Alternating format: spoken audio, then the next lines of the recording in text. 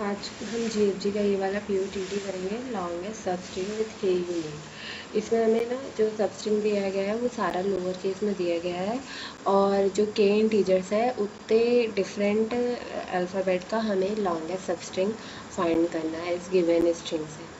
तो हम इसको कैसे सॉल्व करेंगे, इसमें भी कल का ही अप्रोच अप्लाई होगा। जिसको कल का क्वेश्चन समझ में आया था कल का पीओटीटी जीएफजी का, उसको ये भी आ जाएगा। सब इसमें भी हम स्लाइडिंग विंडो और अनऑर्डर्ड मैप का यूज़ करेंगे। सबसे पहले हम स्ट्रिंग की ना साइज ले लेते हैं।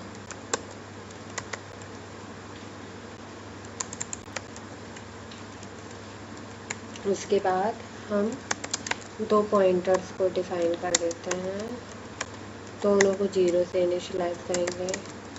मैक्स लेंथ ना अगर यहाँ पे दिया गया, अगर ऐसी कोई स्ट्रिंग ही नहीं है जिसमें 2 डिस्टिंक्ट कैरेक्टर निकल जाए, जैसे इसमें तो बस एक ही डिस्टिंक्ट कैरेक्टर है, तो -1 रिटर्न कर देंगे। ओके, उत्ते का अगर हमारे पास कैरेक्टर नहीं है या कुछ भी ऐसा होता है कि हमें उत्ते का नहीं मिल पाता है, उत्ते के इंटीजर्स के डिस्टिंक्ट इंटीजर का सबस्ट्रिंग, तो हम क्या रिटर्न कर देंगे, -1 रिटर्न कर देंगे। तो मैक्स लेंथ के वैल्यू हम बाय डिफ़ॉल्ट -1 डिफाइन कर देंगे। ओके, उसके बाद हम अपना अनऑर्डर्ड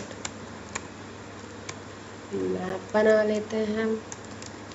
उसमें हम कैरेक्टर को की लेंगे और इंटीजर को वैल्यू लेंगे। इसमें हम फ्रीक्वेंसी स्टोर करेंगे हर एक अल्फ़ाबेट की, जो इससे लोअर केस अल्फ़ाबेट है जो हमारी स्ट्रिंग की, उसकी फ्रीक्वेंसी स्टोर कर देंगे। फिर हम व्हाइल लूप चलाएंगे जो हर एक अल्फ़ाबेट पे आइटरेट करेगा स्ट्रिंग के, जिसमें हम इस फ्रीक्वेंसी मैप में फ्रीक्वेंसी सब सारे अल्फ़ाबेट की स्टोर करते जाएंगे।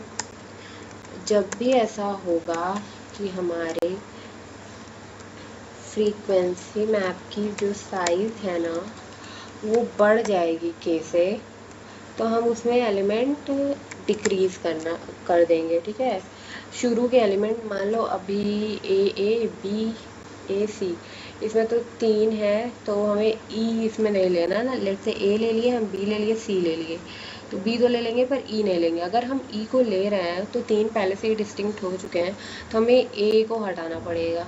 ओके, तो हम ऐसे इसमें करेंगे। तो ए को कैसे हटाएंगे, लास्ट वाले अल्फ़ाबेट्स को हटाने के लिए ही हम ये पार्ट कोड का लिख रहे हैं। इसमें हम फ्रीक्वेंसी ith इंडेक्स की डिक्रीज़ करने लगेंगे। राइट, अगर फ्रीक्वेंसी उसकी वैल्यू डिक्रीज़ हो जाएगी उस की उसके बाद ऐसा होगा कि वो 0 के इक्वल हो गई उसकी वैल्यू, तो हम उसको इरेज कर देंगे क्योंकि अब तो वो रहा नहीं हमारे मैप में।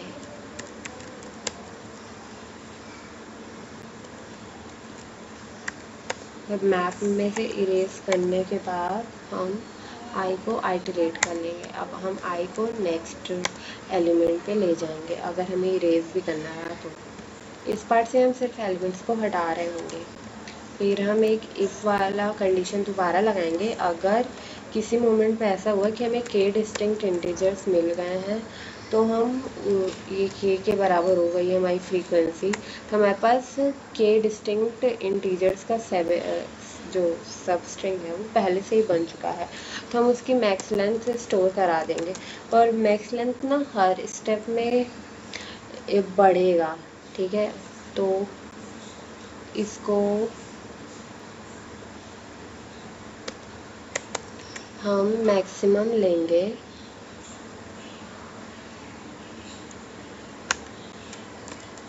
Max of max length and j-i+1।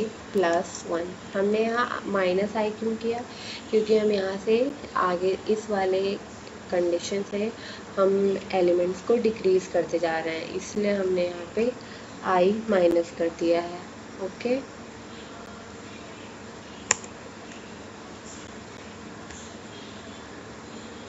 उसके बाद हम जे को भी इंक्रीमेंट करेंगे हर स्टेप में।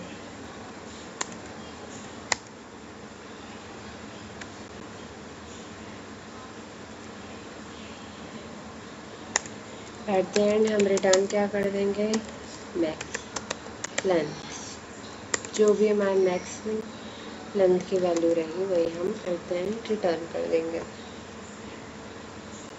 इसको रन कराना है, सबमिट करना है,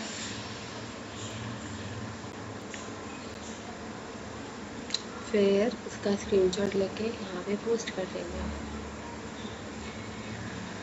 बाय बाय।